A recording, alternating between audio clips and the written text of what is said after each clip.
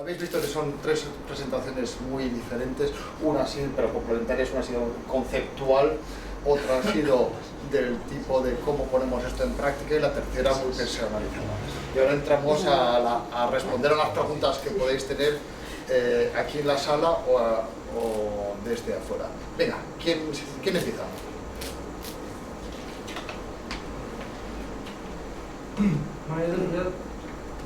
Tengo una pregunta. Tiene que ver con el uso de herramientas como Yahoo Answers o como Google o como sitios de preguntas y respuestas de usuarios, un poco en la línea de Patients Like Me, pero menos sistematizado, y el riesgo que eso tiene desde el punto de vista del autodiagnóstico, de algo que decía Paco del conocimiento que tienen los pacientes de sus enfermedades mayor que el de los médicos, pero bueno, también un poco el riesgo del autodiagnóstico, de la automedicación. ¿Cómo veis eso y cómo creéis que desde los sistemas de salud se puede evitar que eso sea así? ¿Con mejores herramientas? No sé. Hay una revisión sistemática de la literatura que dice que Internet no mata. O sea, que lo primero es que la información disponible en Internet, la gente podemos parecer tonta, pero la gente al final hace un uso de esa información no individualizado, sino que siempre está el profesional, siempre está la vecina, siempre están diferentes elementos de contraste. Por eso la importancia de los profesionales sanitarios en ese entorno. O sea, la revisión sistemática de la literatura demuestra que Internet no mata. Eso hay que tenerlo muy claro en ese sentido. No obstante también, y para fomentar el debate, a mí también me gustaría hacer énfasis, ¿no? Decía José Antonio antes, ¿no? La gente mayor cada vez está utilizándolo más. Las últimas estadísticas del INE, la gente mayor con menor nivel de educación, no. Entonces, las estadísticas se pueden leer de muchísimas maneras, ¿no? Por lo tanto, ojo con pensar que igual que no podemos pensar que Internet mata en temas de salud, porque se ha demostrado que no mata, tampoco tenemos que caer en el otro extremo. De decir, ojo, que sitios como los que nos han mostrado, o herramientas como las que nos han mostrado, son mayoritarias. No. Entonces, ahí es donde los sistemas sanitarios puede que tengan que buscar un equilibrio entre apoyar a aquellos que más lo necesitan, probablemente con este tipo de herramientas, pero sin ofrecerles las herramientas directamente, porque estamos abocados al fracaso y a lanzar los dineros. Quizás sí a los cuidadores o las cuidadoras, que pueden ser un intermediario en ese sentido. Y lo que creo que es más importante, cómo nos podemos preparar para esa prevención y promoción de la gente joven que sí que está utilizando las TIC, no para su salud, porque no le importa su salud, probablemente le importe su belleza, pero no su salud. Cómo los sistemas sanitarios pueden utilizar esas nuevas estrategias para captar a un público que ya tienen, que son los jóvenes, que tienen cautivo. En ese sentido es muy interesante conocer las experiencias que se están realizando con colectivos que ya están en las redes sociales. No es que los sistemas de salud generen sus propias redes sociales, sino que los sistemas de salud forman a sus profesionales para intervenir allí donde se están produciendo las interacciones. Y el caso de los hombres que tienen sexo con otros hombres es un ejemplo clarísimo. Estadísticas dicen que el 80% utilizan Internet para provocar esos contactos sexuales. Ya no vale con hacer promoción y prevención en los locales de ambiente, sino que hay que hacerlo también en Internet, por ejemplo. Pero de ahí a generalizar el uso de herramientas sin tener en cuenta las características de la población, que irán evolucionando, sí, pero es que igual dentro de unos años no existe Facebook y existe otra cosa, como antes era en MySpace. Entonces, en ese sentido, ojo con no caer en esos determinismos tecnológicos y en ese... qué bonita es la tecnología, qué bonito es el app que me acabo de bajar, aunque mañana lo deje de utilizar, y no tiene nada que ver con mi salud, sino que tiene que ver con qué guapo voy a estar mañana, ¿no? Que también puede ser salud, ¿no? Yo estoy absolutamente de acuerdo con Paco, son nichos. Lo que pasa es que sí hay ejemplos de cosas que se están haciendo y que parece que están teniendo éxito. En el National Health Service en Inglaterra están haciendo una lista de las apps que los médicos van a estar autorizados para recetar. Y aquí también se está viendo en ese sentido. Por otro lado, cómo llegar a la gente mayor. Pues es verdad, la gente hoy día prefiere todavía ir al centro de salud porque ha sustituido un poco a la plaza del pueblo. Es donde se encuentran casi 2 o 3 veces por semana muchas señoras mayores, muchos señores mayores, y ahí es donde, por ejemplo, el sistema de salud andaluz está poniendo unos vídeos donde estas recomendaciones de vida práctica o de cosas las está pasando continuamente en las salas de espera para que la gente las esté viendo, y en un lenguaje muy coloquial, desde cómo hacer recetas con vegetales o cómo... Y lo que tú decías del uso de internet y los peligros de la utilización de fármacos y... Vamos a ver, conseguir fármacos que sean peligrosos, eso está regulado en las farmacias y existen unos sistemas de control. Por otro lado, una vez que el paciente tiene ese fármaco y quiere saber cómo usarlo, hay incluso aplicaciones que están produciendo daño porque no han sido diseñadas por médicos o no han tenido en cuenta todos los aspectos y dejan, por ejemplo, las dosis sin dar a la hora que... Hay un caso que hemos estado aquí analizando en Andalucía de un medicamento tan típico como es el apiretal, el paracetamol para los niños. Se ha hecho una aplicación para que se aplique a los niños, pero no se dice cada cuántas horas hay que dárselo.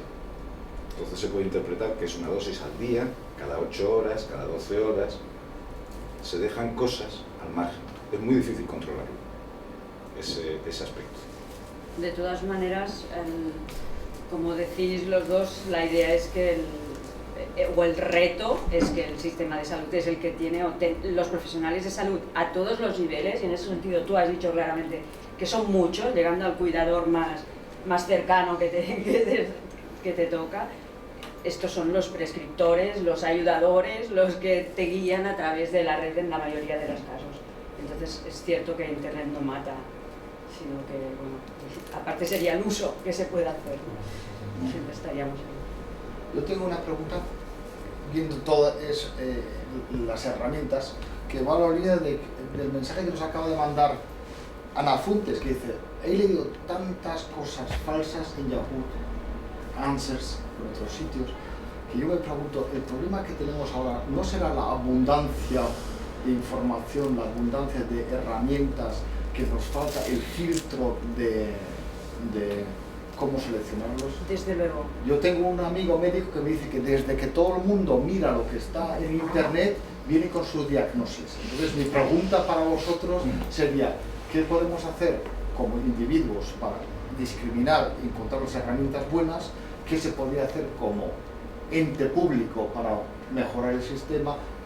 ¿Cómo llegamos al equilibrio del problema de la abundancia de la información y las herramientas que tenemos? Yo insisto, citabas a Ana Fuentes, que está en Twitter. O sea, quiero decir, Ana Fuentes no es la población. Obviamente cada vez hay más gente que busca información en internet sobre salud, y la curva es creciente, obviamente. Pero si analizamos la curva por franjas de edad y por educación, nos sale una ecuación totalmente diferente. Tú decías, mi amigo médico, tú tienes un perfil determinado y tienes acceso a un amigo médico. Por lo tanto, el sector de la población que está usando internet y salud probablemente sea probablemente no, las estadísticas muestran que es de los más capacitados por un lado, y no solo capacitados en habilidades, sino en capital social. Por lo tanto, esa sobreabundancia que decimos de información, que todo el mundo padecemos, no solo en salud, sino en otros ámbitos, los individuos se la gestionan de una u otra manera, igual que se gestionaba anteriormente que la gente hablase de salud entre los vecinos, o como tú muy bien dijiste, en los centros de salud, ¿no? Por lo tanto, iniciativas, y ahora me mojaré también, iniciativas como intentar controlar la calidad de internet, de las webs de salud, es como poner puertas al aire, ¿no? Ya no digo al campo, que las puedo clavar, en el aire. O sea, la información en internet no se puede controlar, y el coste de controlarla es la censura. Entonces las políticas tendrían que ir dirigidas a capacitar a los individuos, o a facilitar que los individuos tuviesen su red en la que se pueden incluir a los profesionales sanitarios de diferentes estamentos, pero iniciativas, controlar las apps de salud. O sea, el coste de controlar o certificar según qué apps de salud, estoy seguro, y es una hipótesis de trabajo, que es más barato, es sería más barato educar a los ciudadanos que controlar las apps de salud. Entonces, y sobre todo, pensando que las apps de salud se lo vamos a dar a un sector de la población que la probabilidad de que esté poco capacitado en este sentido y de que tenga poco acceso a fuentes de información como mi amigo el médico es relativamente baja. Por lo tanto, herramientas de control, herramientas de educación quizás, ¿no? Pero por los dos sentidos, Sí, de capacitar al ciudadano y capacitar al profesional. Sí. Empecemos por ahí, porque yo creo que quizás ir por delante es lo que nos ha fastidiado a los profesionales en este caso, porque te has encontrado que te viene el ciudadano, oye, mira, me he mirado esto. ¿Pero cuántos ciudadanos? ¿Te viene el ciudadano? Estoy pensando en una consulta pediátrica, por ejemplo, o psicológica, Vale. de psicólogo infantil. Vale, el ya vamos padre a hacerlo así. te viene así. Vale. Dices, va. Y además es que es lógico que lo haga, ¿no? Por la edad que tiene, por la franja. Entonces dices, vale, pues yo debería haber ido por delante. Si sé que su hijo tiene este tipo de condición, de conducta específica, debería haber ido por delante y decir, mírate esto, te aconsejo esto. Y obviamente tener la formación para haber identificado. O yo incluso diseñado la herramienta en la cual buscar, ¿no? Hay dos cosas que a mí me gustaría añadir al debate. Es, ¿por dónde van las tendencias dentro de los sistemas o de los gestores de la salud? Pues a intentar recomendar, o sea, chequear las aplicaciones y recomendar aquellas que tengan una utilidad detrás. Como tú dices, chequearlo todo es imposible, pero sí chequear y ver cuáles son las más usadas y ver si esta parece buena o no y meterlas en una lista de prescripción, que es lo que está haciendo el NHS o que es lo que se está haciendo aquí y en otras regiones. Por otro lado, también hay un aspecto que me hace gracia. La gente no suele tomar decisiones sobre su salud. Yo trabajo de médico coordinador parte de mi jornada y recibo las consultas que en Salud Responde no son capaces de atender directamente. Y aunque tenga la gente delante la descripción del fármaco y cómo tomarlo, a uno le acaban llamando para que tome la decisión sobre cuál es la dosis que le tiene que dar en ese momento. Internet y acceso de información rápida y veraz y de los sistemas de salud y sanitaria puede ayudar en ese aspecto. Pero también hay que recordar que por lo menos los estudios antes decían que las webs de sanidad y de los hospitales son las que menos se refrescan y las que menos se actualizan. Esa es una asignatura pendiente de la sanidad también. Tampoco las evidencias para que cambien mucho los mensajes son de todos los días. No sé si con eso he respondido a la pregunta. Algunos hospitales para llevar la atención sanitaria más allá de sus paredes, por decirlo así, están realmente actualizando la información, no solo actualizando, sino invirtiendo en ello y poniendo como una gerencia 2.0 para impulsar el plan.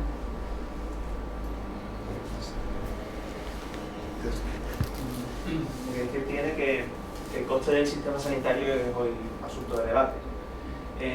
Quería preguntaros si pensáis que una fuerte inversión o implantación de las TIC en el sistema sanitario puede tener un efecto a medio plazo en la sostenibilidad o en el coste general del mismo. Puede hacer los dos, puede ser negativo y positivo. Es decir, nos puede servir con tal de lo que te decía antes. Si tú haces un cambio organizativo, mover un sistema como el sanitario, que ya funciona de por sí, que tiene resultados, es, como decía en el resumen que mandé, como querer mover el Titanic empujándole en la popa o en la proa. Es que es muy difícil. Hay que hacer y que reorganizar los flujos, hay que analizar, hay que ver dónde encaja. Es difícil, hay que convencer también a la gente que está trabajando con ello de que realmente aporta algo. Si eso no se hace y no se mantiene el apoyo durante mucho tiempo, en el IPTS estudiamos que las iniciativas que habían tenido éxito en Europa tardaban entre 10 y 12 años en ver beneficio. Si se está durante una legislatura, y eso es muy típico, apoyando en un sentido y en la siguiente en el otro, y en la siguiente en el otro, al final nunca se va a ver el beneficio, a menos de que se apoye, que sea un pacto a más largo plazo.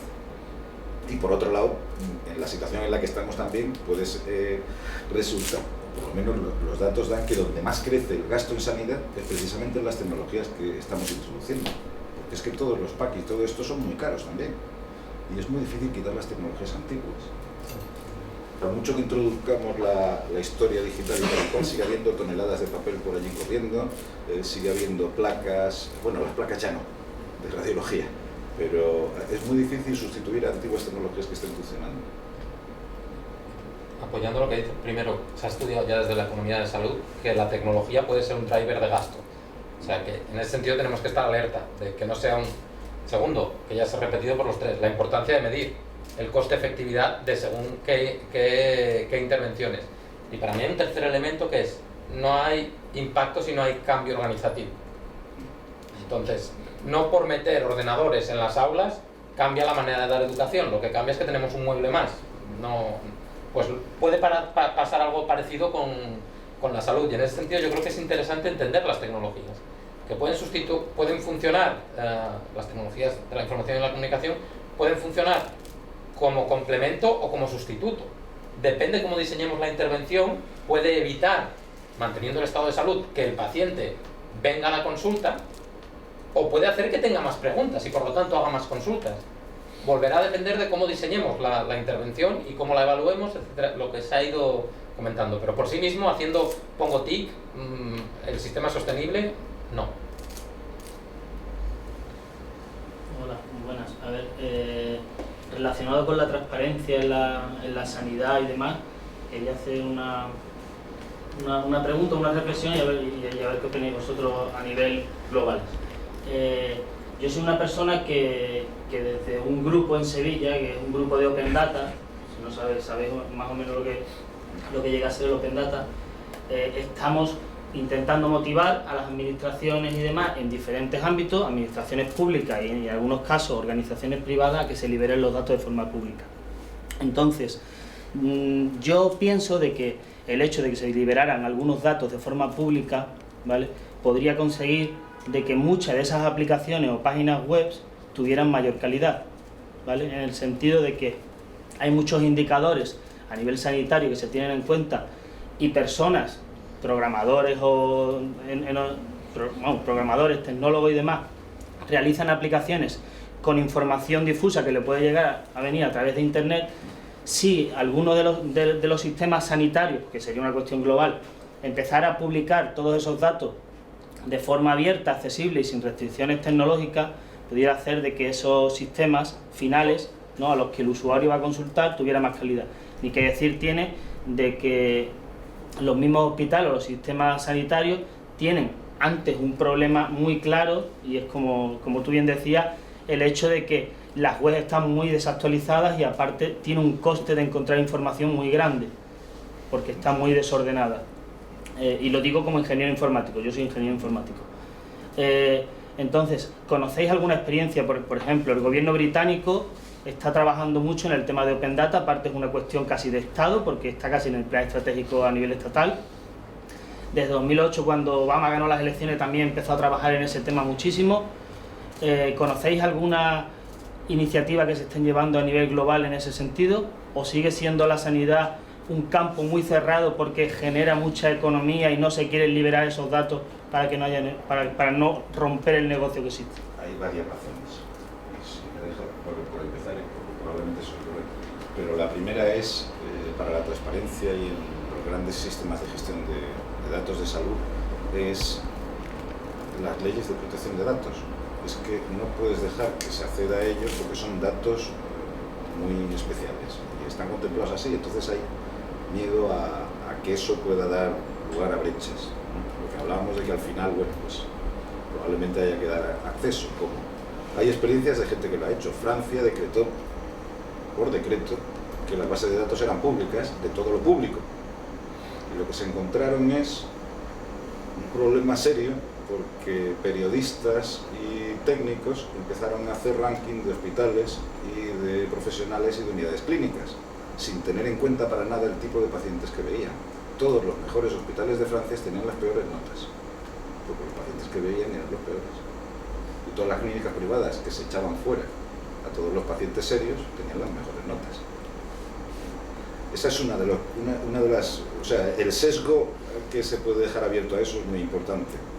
Y también hay la manera de defenderse. Yo te lanzo todos los datos absolutamente públicos, pero todos los hospitales de París conjuntos. Y ahora vete a ver cuál es el resultado de cada uno de ellos. Estoy de acuerdo contigo, yo creo que hay que trabajar muchísimo en el data mining y abrirlo más, pero hay que tener en cuenta que no puede ser solo hecho por... que tienes que tener a alguien que entienda esos datos detrás. Muchas veces los datos son difíciles de entender, incluso para la gente que está trabajando con ellos. Dos temas. Uno, se pone siempre el National Health Service como ejemplo de todo. Y los propios ingleses, en el último informe del National Audit Office sobre su propio sistema y la inversión que habían realizado en TIC tan brutal, decían que había tenido cero impacto. 9 billones de pounds tiradas a la basura.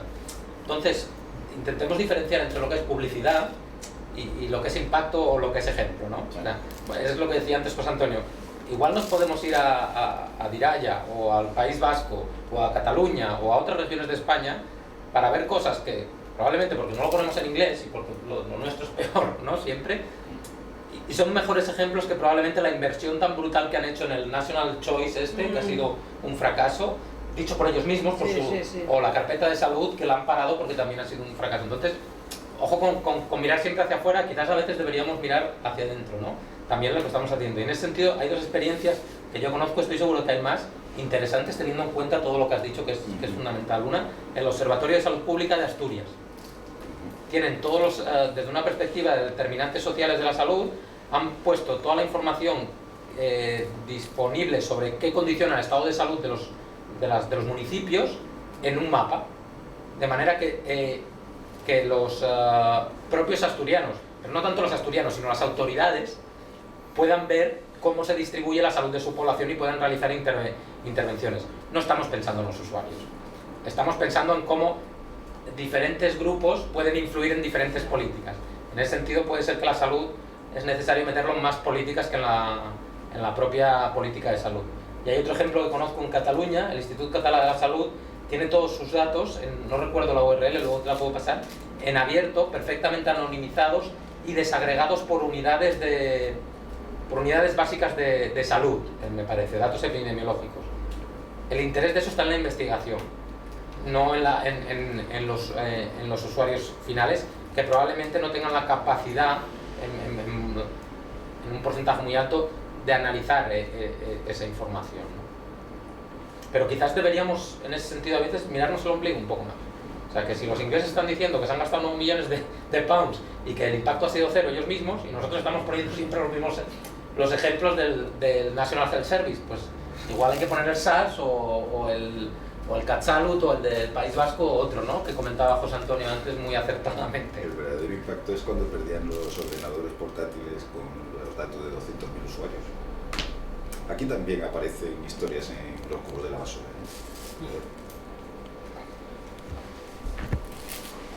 Bueno, yo me llamo Antonio y bueno, yo soy diplomado en enfermería, tengo experiencia en el sector asistencial, pero desde hace 4 años estaba introducido en lo que era el comercio, la venta pero digitalización de sectores hospitalarios, el sector de la radiología, concretamente. Claro, ahora viendo lo que son los recortes en tema asistencial, tanto de enfermeros, médicos y personal, he visto también que hay muchos recortes a nivel de la digitalización en los hospitales. Claro, al principio todo era abundancia, se digitalizaba todo, y he visto que durante los últimos años pues esa capacidad de digitalización de los hospitales ha disminuido bastante. Entonces no sé hasta dónde va a llegar, no sé, me gustaría saber cuál es el pronóstico más o menos que va a tener la sanidad andaluza en lo que se refiere a la digitalización de todos los sectores. Hablamos de la radiología, PACS, RIS, todo tipo, hasta historia electrónica, porque claro, no hay dinero. A todos, me gustaría saberlo. Tiene futuro, o sea, yo sé, a todo el mundo le interesa. Yo cuando iba a los hospitales con esta empresa, a todo el mundo le interesaba, informáticos, jefes de servicios, todo magnífico, pero es que ahora le sigue interesando a la gente, pero no hay dinero. La gente si tiene que seguir con las placas de radiología, sigue. Son muchos otros elementos. Vamos a ver, ahora mismo hay realmente la crisis y el impacto que está teniendo sobre la profesión sanitaria es muy importante. La gente está preocupada por otras cosas. Hoy mismo se estaba aplicando, o se publicaba ayer, cómo se van a aplicar los recortes en el esquema sanitario y en la Junta, ¿no? Hasta dónde podemos ir, qué va a haber y qué proyectos se pueden seguir y qué proyectos no van a poder seguir. Me imagino que esta es la oportunidad de hacer una evaluación mucho más detallada de qué es lo que aporta cada uno de los proyectos.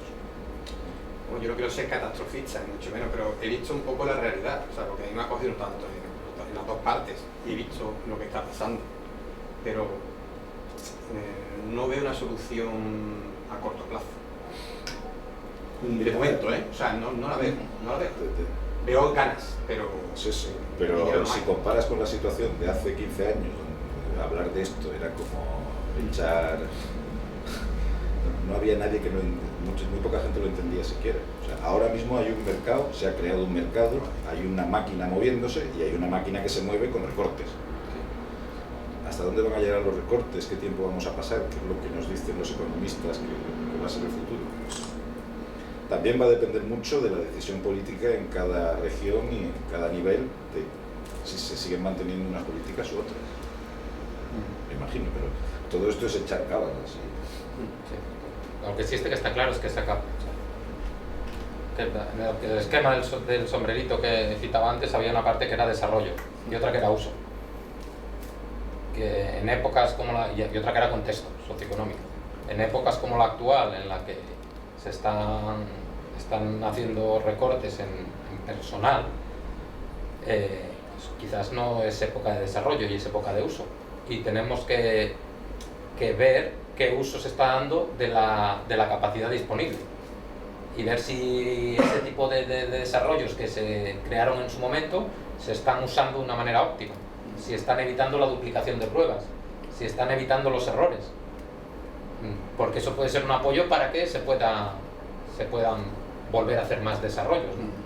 Pero quizás depende del contexto, tenemos que pasar del desarrollo al uso y ver qué está pasando con el uso. Igual ya no se puede vender maquinaria, sino tenemos que vender servicios de cómo utilizar esto de manera más eficaz o de manera más eficiente. Una pregunta en la misma línea. Con mucha certeza habéis dicho todos, la cosa ideal es tener un objetivo, medirlo y tener los criterios para hacer esto. Me parece que esto es de cajón. El problema de fondo que veo aquí es que muchas veces los datos no existen, las variables no son cuantitativas o son muy difíciles de captar y que las inversiones que se tienen que hacer para analizar después lo que ha pasado son enormes. Por lo cual tenemos un dilema aquí de fondo que es un problema sistémico, no es un problema de concepto. ¿Cómo podemos salir un poquito de esto? Sobre todo porque en esta época que tenemos que discriminar y hacer un triaje entre una opción y otra, ¿cómo salimos de esto dentro del dilema que tenemos? Yo he comentado al principio la importancia de las características del sistema sanitario y cómo pagan la atención sanitaria. O sea, para pagar según qué tecnologías o según qué tratamientos es necesario demostrar la coste efectividad de ese tratamiento o de esa tecnología. En el caso de estas tecnologías, el impacto por la curva de aprendizaje se mide. Los resultados pueden venir no en el periodo del piloto. Por lo tanto, hay que innovar en las metodologías. Decías, es muy obvio lo de objetivos, no sé qué y no sé cuánto. Pero es que no se ha hecho. Y se han hecho inversiones millonarias en digitalización sin tan siquiera desarrollar una serie de indicadores para ver cuál es su evolución. Dicho esto, ¿se puede hacer? Sí. ¿Los sistemas tienen información disponible ya dentro del propio sistema para ver cuál ha sido? Sí. ¿Hacer investigación es caro? No. Comparado con el volumen de negocio que pueden mover según qué inversiones en tecnologías, el que parte de ese volumen de negocio vaya dedicado a evaluar ese desarrollo, a mí me parece que no necesariamente es caro. O sea, no es caro en proporción del volumen. Lo que pasa es que hay que tener una disposición para poder realizarlo, sabiendo que no es una cuestión de voy a voy a desconectar el sistema de información. No, es una cuestión de voy a reenfocar el cómo los profesionales meten la información, o voy a reenfocar la manera en que estoy prestando este servicio de salud. En cualquier caso, también es un proceso en el que hay que innovar, porque hay que innovar en las metodologías o aplicarlas, hay que innovar probablemente en los métodos de pago para ver cómo podemos hacer el mejor uso o el uso más coste efectivo, más efectivo de estas tecnologías, ¿no? Que no nos pase como a los ingleses. Respuesta de sí o no no hay tampoco. A mí me hace gracia porque, disculpa, tú dices, no se ha evaluado porque no se sabía que evaluar O no se quería. Pero es que, hablando en Cataluña, por ejemplo, no se ha evaluado tampoco el efecto de los folletos informativos que están en los centros de salud. Ni eso se ha evaluado. Es algo que lo vemos como normal, que efectivamente deben de estar, y lo tenemos clarísimo, ¿eh? Y disculpa. Yo quería añadir a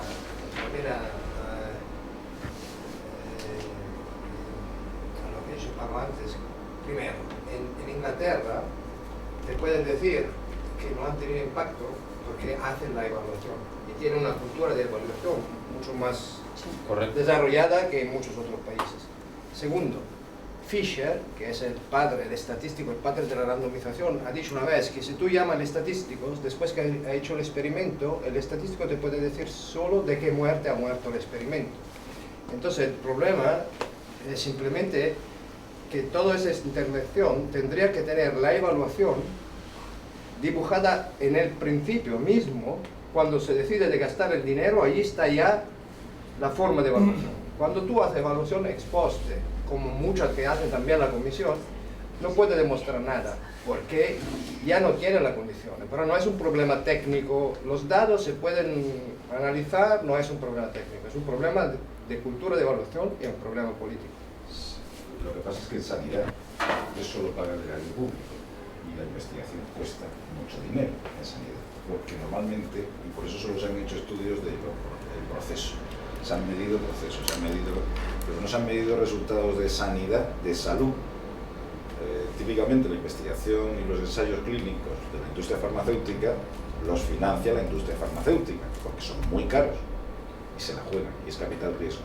Aquí no hemos tenido esa estructura de capital riesgo, o sí lo está empezando a ver, pero por ejemplo en los apps.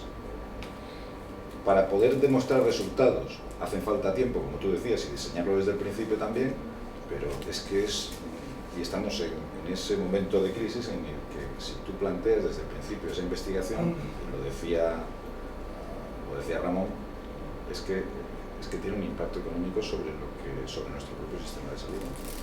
O sea, hay que medirlo. Sí, pero mínimo impacto. Con los volúmenes de que estamos, si miras la industria farmacéutica, el impacto no es tanto el impacto es en tiempo que se traduce en dinero, pero en el tema de las TIC en salud, los volúmenes que se mueven de dinero, lo que costaría la evaluación, yo no creo que sea comparable a la inversión que necesitas en farmacia, ¿eh? No lo sé, habría que mirarlo. Pero cuando hay que medirlo es en tiempos de los profesionales que dedican a eso, en pruebas de laboratorio que hacen falta y los reactivos que tú pagas, todas esas cosas, máquinas que no se usan o tiempos de personal que no se usan en otras cosas. Quizá muchas veces lo que deberíamos de plantearnos de las evaluaciones en las TIC aplicadas a sanidad no es si mejoran los resultados, si estamos dando vidas más largas o de más calidad, sino simplemente si podemos atender más casos en el mismo tiempo. Sí, no, totalmente de acuerdo. Pero algo hay que hacer. Que muchas tecnologías simplemente lo que permiten es eso, que donde antes teníamos tiempo para atender a una persona, ahora podemos estar siguiendo a 10 o a 20. Pero hay que diseñarlo antes. Que suena evidente, pero... Bueno, muy bien. Son las 8:30 y voy a aceptar la última pregunta antes de que vayamos a terminar. Puede ser una poquilla, pero vamos, creía que... A ver, yo parece que vengo aquí a dar mis principios, ¿no? Defiendo a ultranza el software libre. ¿Cómo veis la implantación de software libre en los hospitales? Yo lo veo mal. Entonces, veo de que hay unos lobbies, ya sea de empresas tecnológicas, empresas farmacéuticas y demás, que les gusta implantar, o según tengo entendido yo, vosotros seguro que lo sabréis mejor que yo, una serie de sistemas con unas restricciones que generan a la larga problemas de interoperabilidad y problemas derivados de errores tecnológicos. ¿Conocéis alguna experiencia de implantación de software libre en los hospitales? ¿Creéis que es necesario, que no es necesario tener independencia tecnológica?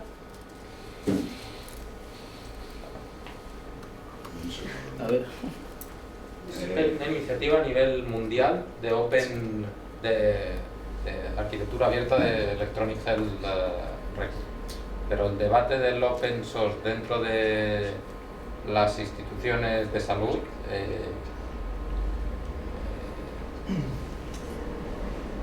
va por donde tú dices, no es diferente de otros sectores. No.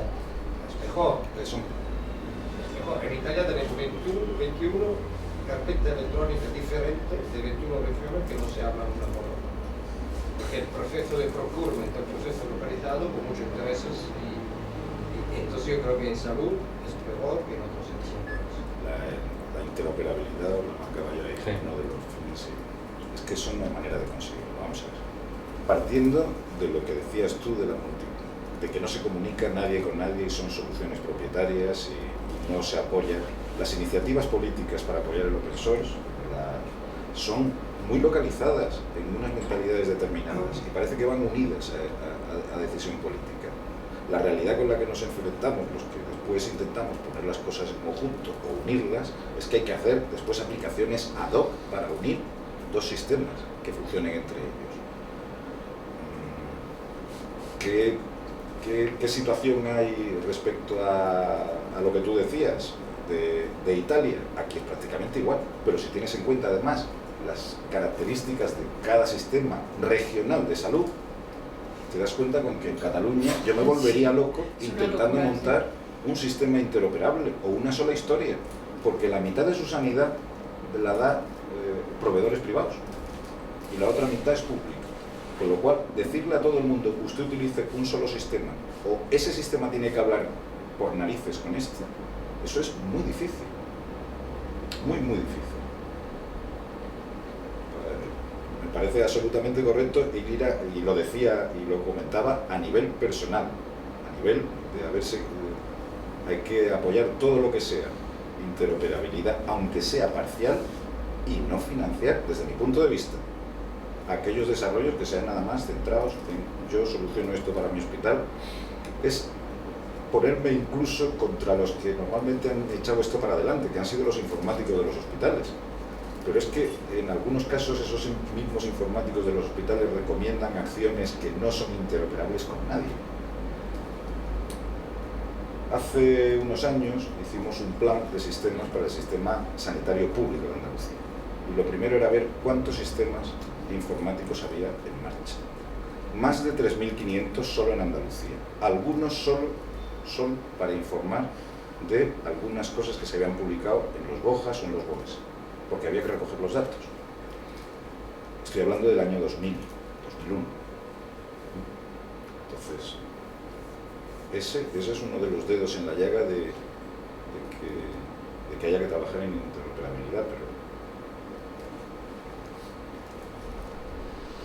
pues muy bien, pues esta ha sido la última pregunta. Quería dar las gracias a Paco Luquiáñez, Eulalia Hernández y José Antonio Valverde, y recordaros todos que la siguiente y última tertulia la tenemos el día 4 y va a ser sobre ciudadanía y TICs, o el e-government, que es mucho más sexy en inglés, creo yo, no lo sé, eso es lo que dicen.